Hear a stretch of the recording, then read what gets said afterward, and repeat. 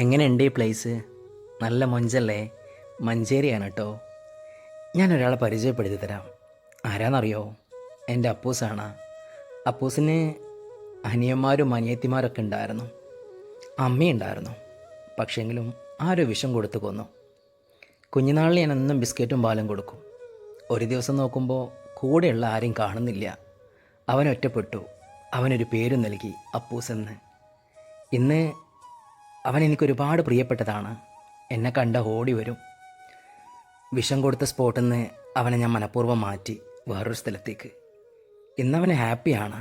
തൊട്ടടുത്ത വീട്ടുകാർ മുടങ്ങാതെ ഭക്ഷണം കൊടുക്കും. പക്ഷെങ്കിലും അവൻ്റെ കണ്ണുകൾ എന്നെ തിരയാറുണ്ട്. ഇതാണ് അപ്പൂസ്. ഇഷ്ടമായിങ്ങൊന്ന് പറയണം കേട്ടോ. ഈ വിഷം കൊടുക്കുന്നവരോടും തല്ലിക്കൊല്ലുന്നവരോടൊക്കെ ഒന്നേ പറയാനുള്ളൂ, നിങ്ങൾ നിങ്ങളെ കുഞ്ഞുങ്ങളതുപോലെ ചെയ്യൂ? ഒരിക്കലും ചെയ്യൂല.